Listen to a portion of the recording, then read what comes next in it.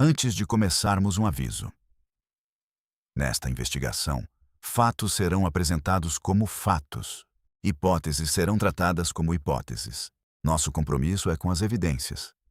Existem casos que são esquecidos pelo tempo. E existem casos que continuam fazendo uma única pergunta: o que realmente aconteceu? Há anos eu estudo crimes que desafiaram investigadores, peritos e tribunais. Hoje eu vou abrir um dos arquivos mais controversos da história do Brasil. Mas aqui ninguém será condenado por opinião.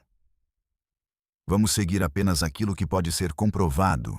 Abra este arquivo comigo. Guaratuba, litoral do Paraná. 6 de abril de 1992.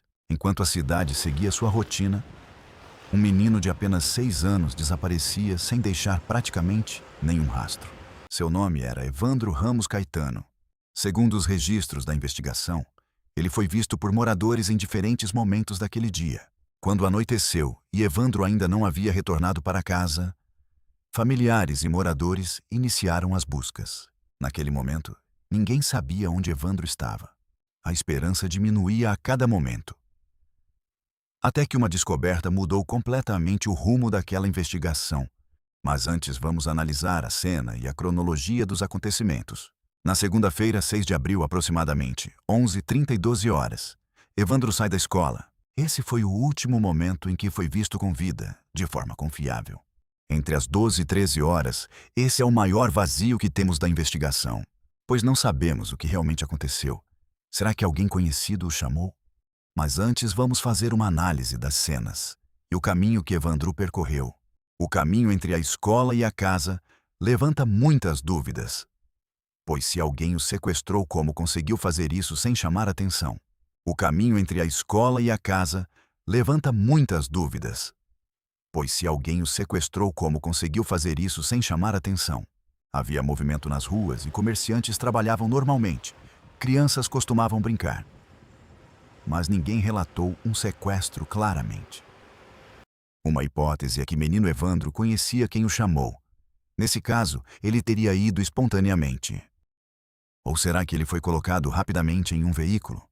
Tudo teria durado poucos segundos. Será que o menino foi atraído por alguma promessa? Então o corpo do menino Evandro foi localizado por 2 lenhadores que avistaram o cadáver no meio da vegetação densa. Isso gera outra pergunta. Quem conhecia bem aquele lugar? Não era um local onde qualquer pessoa pisaria por acaso. Então quem deixou o corpo conhecia a região ou escolheu um lugar com pouca circulação. O corpo foi encontrado apenas 5 dias depois.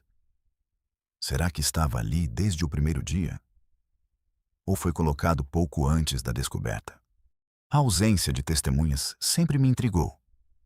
Ninguém viu o sequestro ou quem entrou ou saiu da mata ou movimentações suspeitas, o que não é comum numa cidade pequena.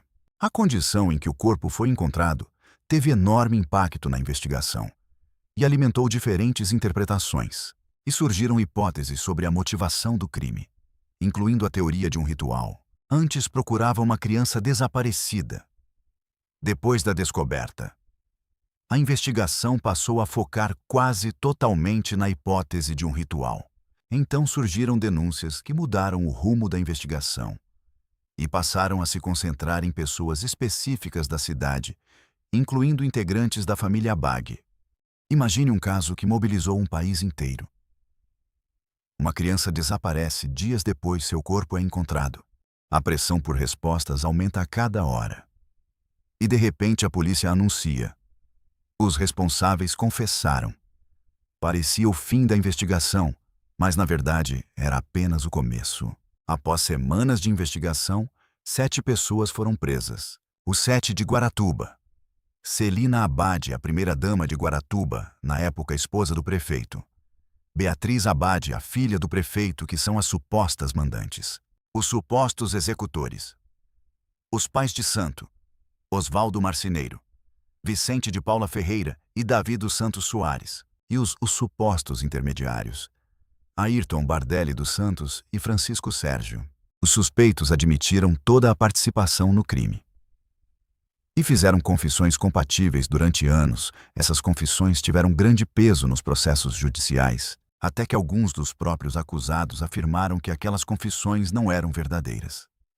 Eles disseram que haviam sido obrigados e ameaçados a confessar, e agora com as confissões desacreditadas que outras provas a acusação teria.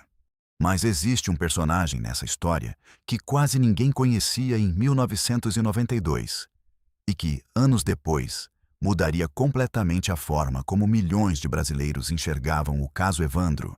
Ivan Mizanzuki, jornalista e pesquisador e criador do podcast Projeto Humanos. Ele passou cerca de 2 anos pesquisando o caso. Ele reuniu milhares de páginas de documentos, processos judiciais, laudos, reportagens antigas e decisões da justiça. Ao comparar o material integral com o que havia sido apresentado publicamente, percebeu que havia trechos muito importantes que não eram conhecidos. Ivan não encontrou o assassino de Evandro. O que ele encontrou foi algo igualmente perturbador. Indícios de que a história que o Brasil acreditou durante décadas talvez estivesse incompleta. O que estavam nas gravações das confissões fizeram especialistas, tribunais e parte da sociedade questionarem se as confissões eram confiáveis e se a investigação havia seguido o devido processo.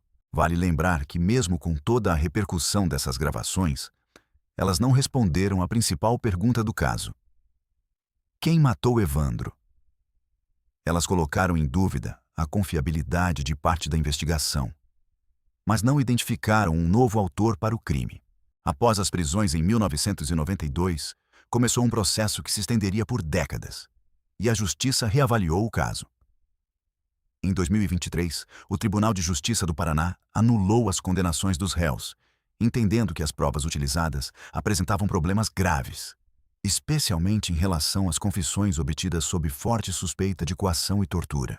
Uma confissão só tem valor quando nasce da liberdade de quem fala.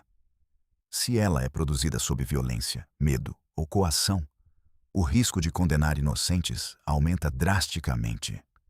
É por isso que a forma como uma confissão é obtida é tão importante quanto o que ela diz. A Justiça não identificou outro autor para o crime. Também não significou que o homicídio deixou de existir. Significou que, diante das irregularidades apontadas, aquelas condenações não poderiam ser mantidas. Depois de analisarmos esse caso, o que sabemos com certeza? Que o menino Evandro foi vítima de homicídio, o que é apenas hipótese. Ele foi levado por um conhecido? Ou foi raptado? O que nunca foi comprovado. Se os supostos envolvidos eram realmente culpados, o que talvez jamais saberemos. Como ele foi morto e qual a motivação do crime e seu real culpado. O caso Evandro não é lembrado apenas pela brutalidade do crime. Ele também é lembrado porque nos obriga a fazer uma pergunta que vale para qualquer investigação. O que acontece quando a busca por respostas corre mais rápido do que a busca pela verdade? Mas enquanto existirem perguntas sem resposta, casos como este continuarão sendo estudados, debatidos e reabertos por quem acredita que toda investigação merece ser conduzida com rigor, responsabilidade e respeito às vítimas. Eu sou o detetive Noctus. Meu trabalho não é decidir quem é culpado. Meu trabalho é seguir as evidências, separar fatos de especulações e lembrar que, por trás de cada processo, existem vidas que jamais voltarão a ser as mesmas. Quando convoco as lembranças do passado, afogo o olhar em lágrimas por amigos que a morte anoiteceu e pranteio a dor que o amor já superara, deplorando o que desapareceu. Se você gosta de investigações sérias, análises de casos reais e histórias que desafiam aquilo que pensamos saber, inscreva-se no canal, porque o próximo arquivo já está sobre a minha mesa.